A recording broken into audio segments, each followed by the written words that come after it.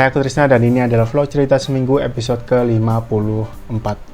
Setelah menyelesaikan pekerjaan yang banyak sekali dan menumpuk, akhirnya aku bisa melanjutkan vlog ini kembali.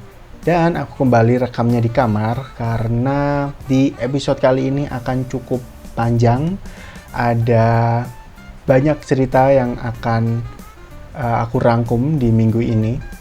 Jadi aku memilih buat rekam di kamar aja, biar lebih tenang, biar aku ceritanya juga nggak tergesa-gesa, biar lebih santai, dan biar juga nggak ada gangguan-gangguan. Di minggu ini dimulai dengan aku berpergian ke Bandung. Mungkin bisa dibilang sebagai liburan, tapi lebih tepatnya aku berkunjung aja ke rumah kakak aku yang ada di sana. Sebenarnya aku udah berencana buat ke Bandung tuh di bulan Juli, tapi karena masih banyak pekerjaan yang belum selesai, akhirnya aku baru bisa berangkat di bulan Agustus. Berangkatlah aku di hari Rabu dan aku naik kereta dari Pasar Turi, dan ini keretanya pukul 6 pagi.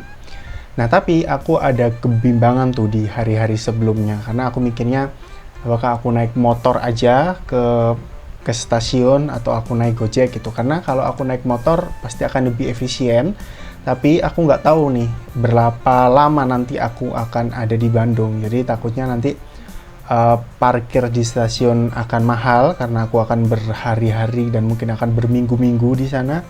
Jadi bingung gitu milih di mana, karena juga kalau misal motornya di rumah jadi bisa dipakai orang rumah gitu.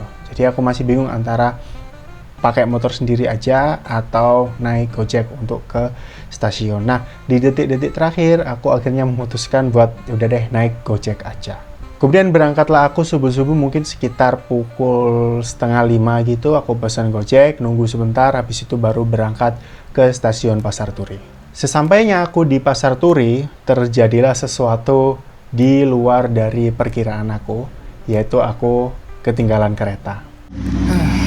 Karena tadi detik-detik terakhir mau berangkat, memutuskan buat naik Gojek. Dan ternyata sekarang terlambat, udah sampai stasiun dan ketinggalan keretanya. Jadi naik Gojek sebenarnya waktu di jalan aku cek estimasi itu datang jam 5.35, karena keretanya 5.50, jadi aman lah gitu. Tapi di jalan Gojeknya nggak tahu kenapa pelan banget. Aku tegur berkali-kali, Pak, agak dicepetin dikit, aku telat soalnya gitu. Nggak mau, tetap aja pelan-pelan dan nggak masuk akal gitu, pelannya ngapain gitu, kayak takut banget motornya rusak. Terus aku tawarin juga, Pak, kalau karena aku mungkin berat gitu ya, kalau berat motornya nggak bisa cepet, aku aja yang bonceng gitu. Nggak mau juga, dan akhirnya sampai depan tadi 5.51 atau 5.50 gitu. Terus aku langsung lari masuk ke dalam,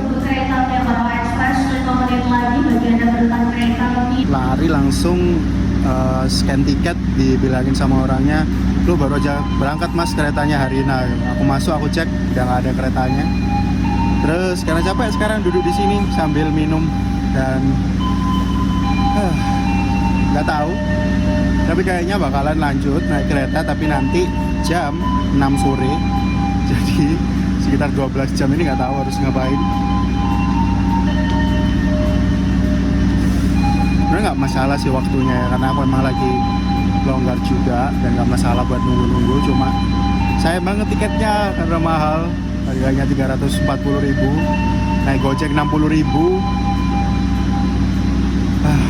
Kayak nanti emang mending naik sepeda sih. Ya udahlah ya, kita lihat aja nanti ya. Ya, dan sampai hari ini aku masih berasumsi kenapa Gojeknya pelan sekali. Mungkin karena beliau pakai motor Scoopy, motornya kecil, sedangkan aku badannya besar, jadi dia motorannya pelan-pelan banget. Meskipun menurutku masih keterlaluan sih pelannya, karena emang bener-bener pelan gitu motornya. Ya memang ada salah aku karena aku terlalu mepet juga berangkatnya gitu, tapi pikirku karena ini pagi hari, kayaknya bisa deh gitu. Tapi juga nggak terlalu mepet-mepet banget sih, tapi mungkin harusnya lebih lama gitu ya, berangkat jam 4 kali ya. Tapi ya begitulah, pelan banget. Terus aku coba beberapa kali menawarkan untuk Pak aku aja yang nyetir gitu, tapi beliaunya menolak gitu. Terus aku suruh, cepet Pak, aku nanti ketinggalan kereta dan lain sebagainya, tapi ya tetap akhirnya ketinggalan kereta karena nyampe stasiun tuh bener-bener pukul 5.50 dan keretanya 5.50, jadi pas banget aku lari sampai ke loket dan ternyata keretanya udah berangkat. Setelah duduk-duduk mungkin sekitar 1 jam mungkin aku ada di sana coba untuk menenangkan diri, karena sebenarnya untuk menenangkan pikiran agak cepet ya, karena aku udah langsung cari solusinya gimana gitu, langsung pesen juga kereta yang sorenya. Tapi aku masih ada berat gitu di hati, kayak mungkin habis ngelakuin kesalahan gitu ya, jadi kerasa berat gitu hatinya. Atau mungkin aku juga habis lari itu kecapean, jadi masih engap atau gimana, gak tau lah, pokoknya kerasanya kayak berat banget gitu. Oke, pada akhirnya memutuskan buat naik kereta hari nanti sore. Jadi nanti sore akan kembali lagi ke Pasar Turi, tapi masih ada 12 jam, nggak tahu mau ngapain. Tapi ini aku berjalan mau ke BG Junction karena dekat dari sini, mau ke nongkrong di Fore. Karena yang pagi buka aku cari-cari cuma Fore doang yang deket. Jadi ini jalan kaki aja, sekitar 15 menit kalau lihat di maps. Jadi ya udah, ini jalan. Mungkin aku juga ada ngedit beberapa, masih ada beberapa video yang belum selesai kerjaan. Jadi ya sekalian lah. Setelah jalan kaki sampailah aku di Fore. Di situ aku pesen kopi dan juga karena aku masih harus menunggu keretanya nanti jam 5 sore dan mungkin itu nunggu sekitar 11 atau 12 jam gitu. Jadi masih lama banget dan aku nyempetin diri buat bikin 2 video vlog narasi seminggu di Fore itu. Beres bikin videonya, habis itu karena aku udah bosen di Fore, kemudian aku pindah masuk ke mall, ke BG Junction.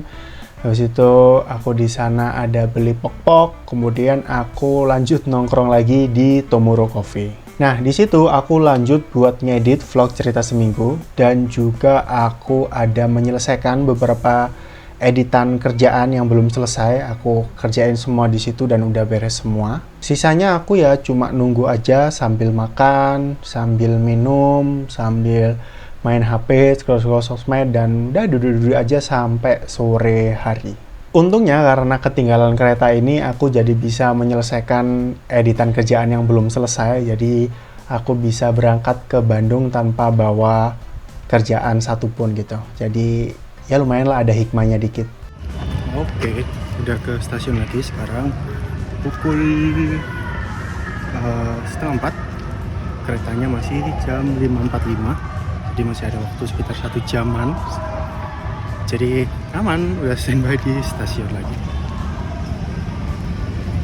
Sampai di stasiun, duduk-duduk sebentar, habis itu baru aku masuk ke kereta. Nah, karena aku pesen tiketnya ini melalui KAI Access, dan aku juga udah mendaftarkan Face ID atau Face Recognition. Ya pokoknya aku udah daftar wajahku biar bisa di-scan. Dan jadinya enak, aku masuk itu langsung cuma scan wajah aja dan langsung kebuka gitu. Nggak perlu aku cetak tiket dan lain sebagainya, jadi lebih efisien, enak banget. Perjalanan dari Surabaya ke Bandung ini sekitar 10-11 jam, harus kuakui ini perjalanan yang panjang dan sangat-sangat membosankan gitu, karena aku berangkatnya juga sendiri. Aku di sana main HP, scroll sosmed, nonton YouTube, dengerin musik, dengerin podcast, nonton film, main game, tapi rasanya masih jauh gitu, lama banget sampainya. Kemudian mungkin sekitar pukul 12 malam, aku lapar, jadinya aku ke kantin kereta dan nyobain makan nasi goreng Parahyangan. Dan itu harganya 50.000.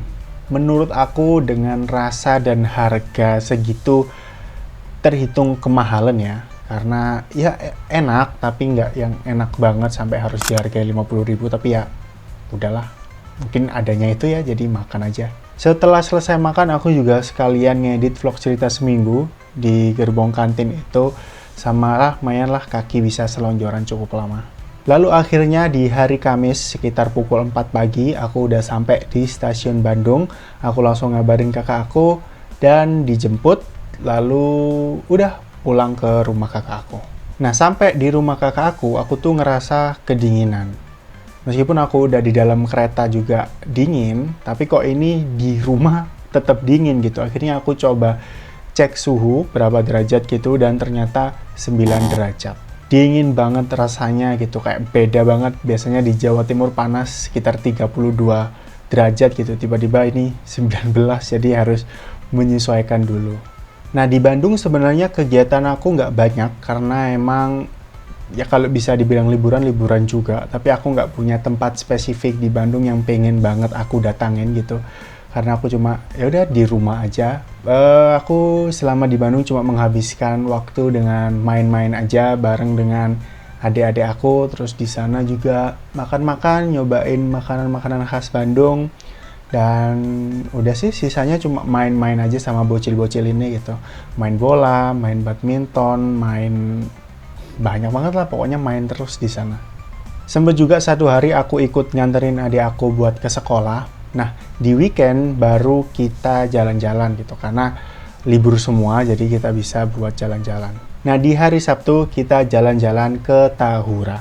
Tapi sebelum itu kita sarapan dulu di awal hari namanya. Di sana banyak main-mainan gitu, tempatnya enak, makanannya juga enak. Terus aku sekalian juga di sana bikin video buat rekomendasi tempat buat akun TikTok aku dan juga buat konten lah.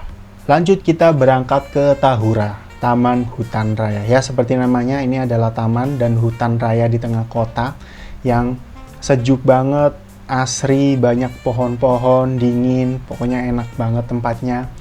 Ya udah, terus kita di sana jalan-jalan, muter-muter, nyamperin beberapa spot-spot yang ada di sana gitu. Salah satunya Gua Jepang, Gua Belanda gitu. Nah, di Gua Belanda ini aku mikirnya karena ini gua ya dan tempatnya emang gelap banget.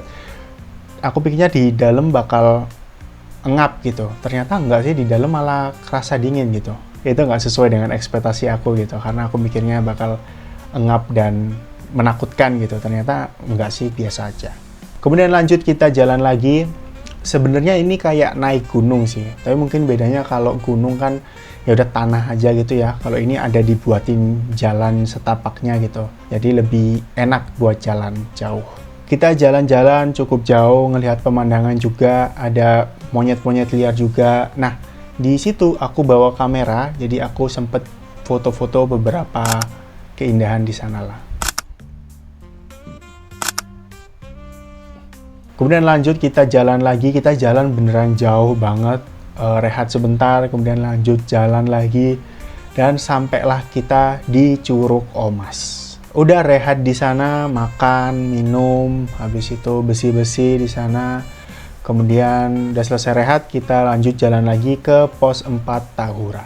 Nah, di pos 4 ini sebenarnya bisa dibilang juga sebagai pintu masuk yang lain gitulah ya. Kayak ya mungkin di pos awal tadi adalah pintu masuk yang pertama, di pos 4 ini pintu masuk lainnya gitu. Nah, kita jalan kurang lebih sekitar 2 jam dan jaraknya mungkin sekitar 8 km. Jadi aku dan kakakku bener-bener capek banget jalan kaki itu.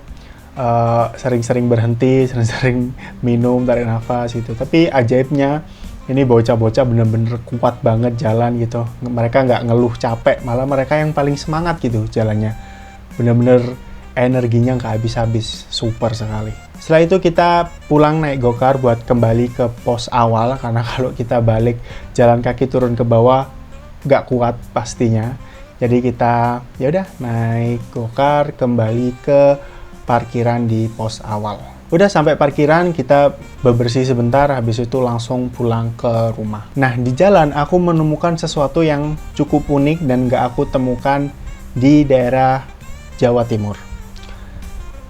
Ketika ada di lampu merah, ada di perempatan, biasanya kan kalau di Jawa Timur tuh ya orang ngamen, orang nyanyi, atau orang main angklung, atau paling mentok manusia silver gitu. Nah, waktu di Bandung, itu aku nemu ada orang di perempatan yang pakai kostum pocong. Dan bukan sekedar pocong warna hitam. Ini unik banget sih. Lanjut di hari Minggu kita jalan-jalan lagi ke lapangan gazebo, ke gedung sate. Terus kita di sana buat nyari sarapan. Makanan khas Bandung namanya adalah sate jando. Nah, sate jando ini dari lemak sapi, jadi rasanya ya kayak daging sapi, enak, gurih-gurih gitu. Aku agak lupa sih rasa spesifiknya kayak gimana ya, karena udah lama banget. Tapi seingat aku ya enak sih, gurih-gurih aja gitu, enak. Nah, setelah kita makan, kemudian kita naik bandros, Bandung On Tour Bus. Nah, ini ya seperti namanya ya, naik bus untuk keliling-keliling Bandung gitu. Nah, karena mungkin ini hari Minggu, jadi ngantrinya cukup lama. Kayaknya kita ngantri sekitar 40 menit kalau nggak salah, ngantri di sana cukup lama emang. Tiketnya per orangnya 20.000.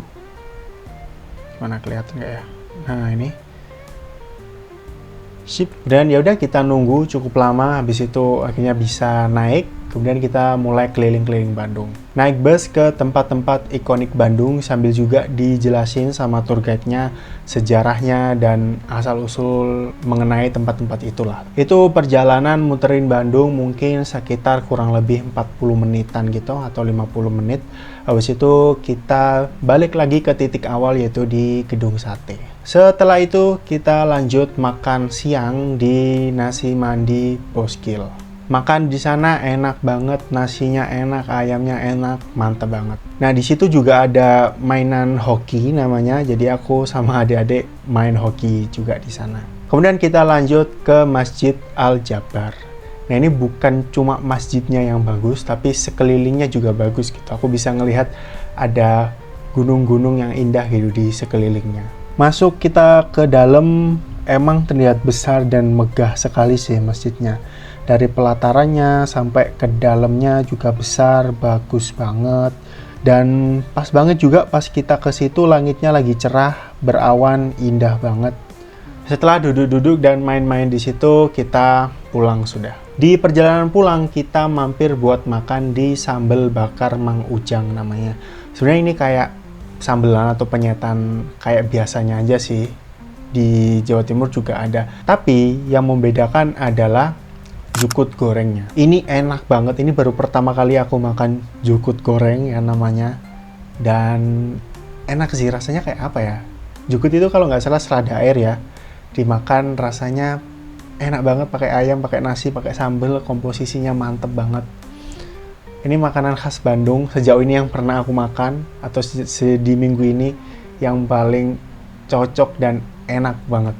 Jukut goreng ini the best. Selesai makan kita pulang, sampai di rumah aku baru menyadari ternyata topi aku hilang dan mungkin ketinggalan di Masjid Al-Jabar. Aku agak lupa sih naruhnya di mana, tapi ya udahlah. Sudah selesai minggu ini kegiatannya itu aja. Minggu depan aku masih ada di Bandung dan masih ada banyak cerita yang terjadi di minggu depan. Oke, sebelum menutup vlog kali ini ada catatan lainnya sebagai pengingat untuk diriku sendiri karena kejadian ketinggalan kereta itu sebenarnya memang ada salah aku karena aku sebenarnya agak jarang dan mungkin emang mungkin beberapa kali doang sih menggunakan layanan Gojek itu, sekali atau 2 kali aja. Jadi emang aku kurang riset dan memutuskannya mendadak banget, jadi jamnya juga kurang panjang. Tapi sebenarnya ketika aku udah naik Gojek tuh aku juga sempet ngecek maps, aku arahkan ke stasiun Pasar Turi. Ketika aku cek perkiraan nyampe di stasiun tuh pukul 5.30 atau 5.35 gitu, masih ada waktu lah pokoknya, belum mepet banget dengan jam keberangkatan keretanya. Tapi seiring berjalannya waktu aku tuh ngecek tuh dia bertambah gitu, mulai 5.40, mulai 5.45 gitu. Dan aku mulai makin khawatir dan ngerasa, kayaknya ada yang salah gitu. Agak telat sih aku menyadarinya memang. Dan beberapa kali aku juga menegur tukang Gojeknya, Dan beberapa kali aku juga negur drivernya untuk, Pak cepetan, ini saya terlambat keretanya, tapi tetap pelan-pelan aja. Kemudian aku juga bilang, udah aku aja yang nyetir motornya mungkin biar bisa lebih cepat gitu, karena motornya pelan banget gitu. Kemudian ketika ada jalan yang jelek, dia bukannya ngehindar ke kanan atau ngehindar ke kiri, dia berhenti gitu. dipelanin gitu motornya kan makin lama ya, nggak sampai-sampai. Tapi ketika aku cerita sama temenku, mereka bilang sih sebenarnya aku agak kurang tegas. Dan harus aku akui, iya, aku agak kurang tegas. Mungkin aku harusnya agak maksa dan mungkin aku harusnya marah-marah karena aku akan terlambat keretanya. Karena drivernya pelan banget motorannya dan merugikan aku akhirnya. Tapi ya itu agak susah sih aku marah-marah, emang orangnya gini aja gitu. Dan satu hal lagi temanku bilang, kenapa kamu nggak berhenti aja, minta berhenti dan udah pesen Gojek yang lain. Jujur itu nggak kepikiran memang. Jadi ketika lagi panik gitu, kepala nggak bisa mikir dengan cepat solusinya, jadi ya udahlah. Catatan lainnya lagi, karena aku udah ngulik tentang Gojek, jadi di Gojek itu ada salah satu fitur namanya adalah Gojek Comfort. Nah, ketika kita pesan Gojek Comfort, itu yang datang adalah motor-motor terbaru dan besar, kayak Vario, atau PCX, atau NMAX, dan lain sebagainya. Jadi, karena aku badannya besar, harusnya aku pilih go-rate yang Comfort itu, daripada go-rate yang biasa atau go-rate yang hemat gitu. Jadi, harusnya aku pesen yang go-rate Comfort. Meskipun beda harga ya, tapi nggak terlalu jauh sih bedanya, mungkin 5.000, 4.000 gitu. Ya udah terjadi juga, jadi buat pengalaman aja dan buat catatan ke depannya biar nggak aku ulangi lagi. Udah, itu aja cerita di minggu ini. Terima kasih, kita lanjut di minggu depan. Mantap. Wow, 50 menit.